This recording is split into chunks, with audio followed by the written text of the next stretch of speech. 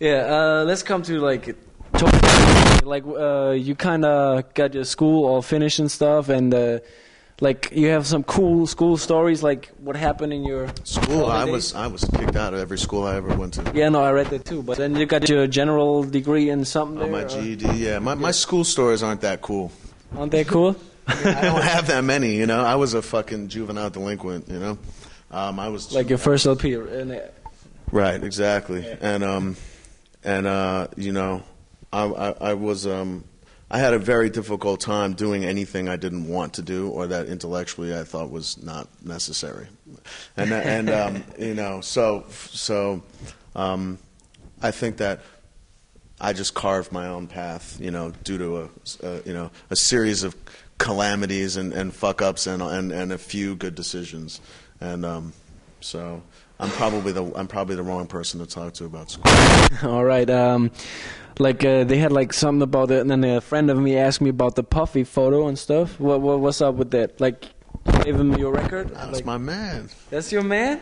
Yeah. Did he call you back or something when he heard the record? Or? We had dinner right before I came here. For real? Ghost wrote his last album. Oh, all right. I see that. The whole thing.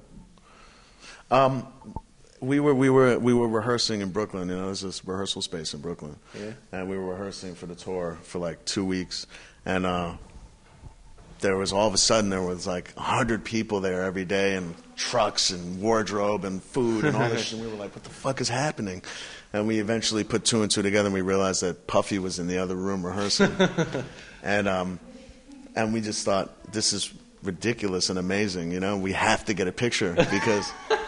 You know, LP and Puffy together is just, you know, for most people, it's like completely different worlds and minds clashing. And, you know, and so we asked him to take a picture with us. And he was like, yeah, man, I'll take a picture. He was very cool, very nice guy, you know. It was hilarious. He came in, we were rehearsing. He stayed in, you know, he was watching us rehearse alone, by himself in the room. We stopped, we took a picture, and that was it. Said peace, you know. Yeah. All right. Tomorrow's going to be April 1st. You have a joke? Oh, wait. For the show? Do I have a joke? For the show tomorrow? No, I mean, like, or you plan something, doing something? Yeah, I'm planning something. What's going to happen, my trick for everybody is to do a good hip-hop show. Oh, there's a hard trick to do. Yeah. There's a hard trick to do. April Fools, you thought that hip-hop shows sucked. They don't. Yeah. All right. This is the first start of the European tour, right here. What are your expectations for the tour? I mean, I'm just excited to get out here and just put on a show, man, and just be in front of people and have fun. I don't have too many expectations. You know, I think that to a degree, from what I understand, the European market has had a lack of good indie hip hop shows to a degree. Yeah, somewhat. These people seem a little bit disenfranchised or a little bit put off by the boringness of the whole thing, and I think that my hope is to bring a little bit of excitement back into the. How long are you going to play tonight? About an hour. An hour. All right. You got anybody else performing for you? Or? Well, I mean, no. It's myself, DJ Mr. Dibbs, and my man Quinn on stage, and we're just that's how we're rolling. Yeah. All right. Yeah. Question. How do you think about German rap? Do you know anything about it? Any artists or something like that? Not really, man. I mean, I don't speak any German, and you know, my education system is not quite as good as yours. You know, we're not bilingual. We don't import music.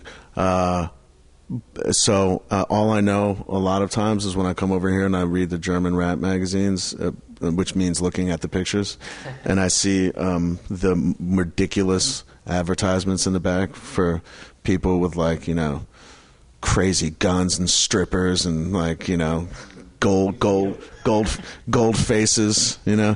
But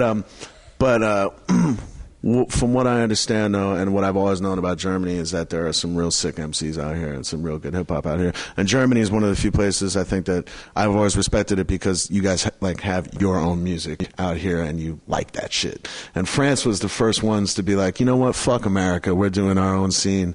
And but you know, unfortunately, I wish I understood the language because it's a big deal to me to be able to understand the lyrics. So just hearing it, you know, is I'm uneducated. Put it to you that way.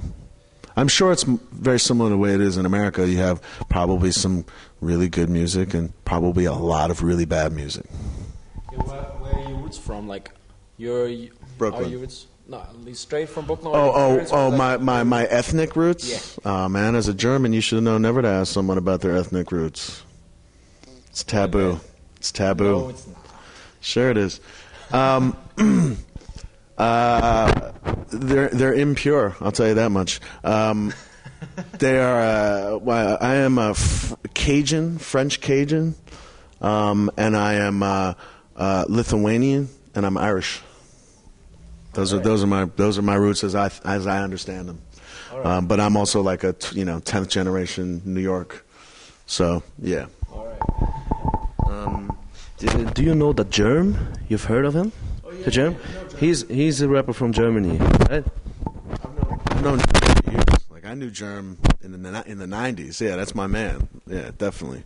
I haven't seen him in a long time, but Germ used to hang out at the studio that we used to record the company Flow stuff at, and so yeah, I know. You know Germ? Yeah. You told me about your connection. Yeah. That he stayed with you a couple of times. Yeah. Germ is a good dude. Yeah.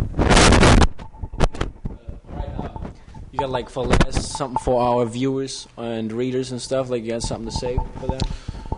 No, just thank you for continuously supporting Def Jux. It's meant a lot to us, and we always have a great time coming out here. And if you get the chance to come to the show, I promise you it will be mayhem. We will see more put into this show. By the way, I got a question to that. Like, I read on the blog, like you're gonna teach us Europeans like how to take apart a venue. Yeah. Like, what's your first lesson gonna be? Well, I'm thinking tonight we'll try and tear one of the walls down. All right, gently. Like they did, like before Berlin.